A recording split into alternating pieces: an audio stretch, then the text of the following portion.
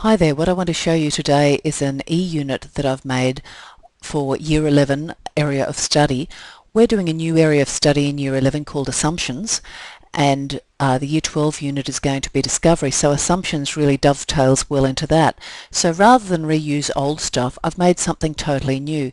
You'll see that I have some templates here that can be used by teachers on smartboards, and when you use the templates, that means that you can't save that document in a different with different stuff in it. So the template remains pure no matter what the teacher types up in the board.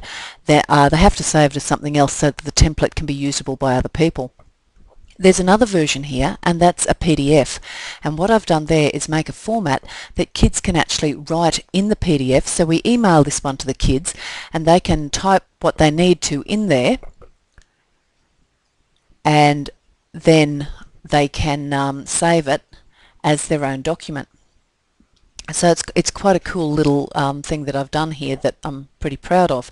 The first page here that comes to light is a word cloud, and what I've done to do this word cloud is I've found a lot of words that are similes to assumptions, and I've done that using an online thesaurus, and then I've put those words into a word cloud. And you do that by just typing in free word cloud in Google, and it will make lovely patterns with your words and put a nice coloured background for you, and that makes a wonderful title page there. So that's the first thing. And the second thing I've done is use an interactive index. So when the teacher puts this up on the smartboard through their projector, you don't have to keep searching for where you were up to with the kids. If you're almost finished the unit and you're up to the poetry, you simply click here on the poetry and that takes you to the poetry page. I don't have an automatic go back to the first page, but that's possible to do as well very simply.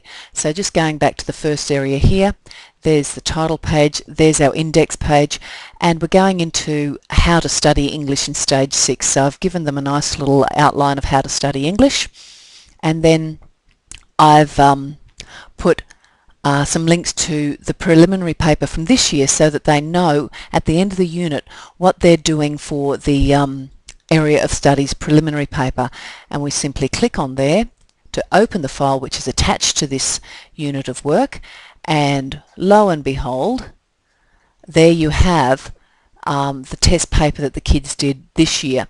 So we can go through each of those sections, which this year it was tribes, next year's it's assumptions. So they see the format, they see the structure, but it's not the same content as they're going to have for when they do their assessment tasks. So they see exactly what's ahead of them for paper 1, both at the end of year 11 and for the HSC when they do the HSC in a year and a bit's time or 2 years' time.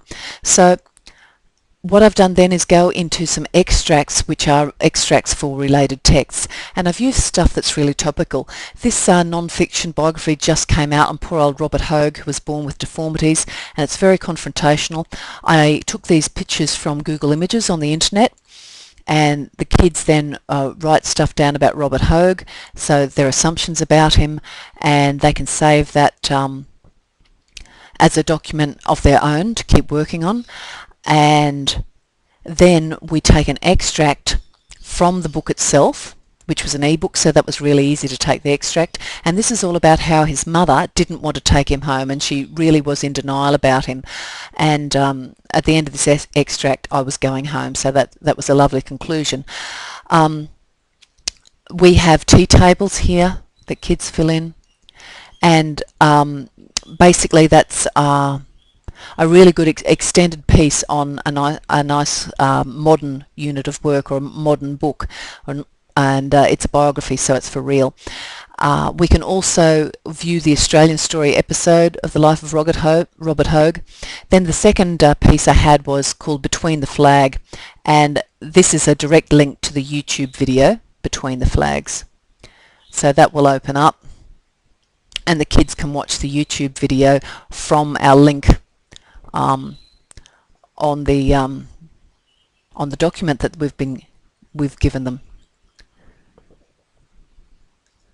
Now there's lots more to this, but my 5 minutes for this particular section is up, so I'll come back with a second part for you. So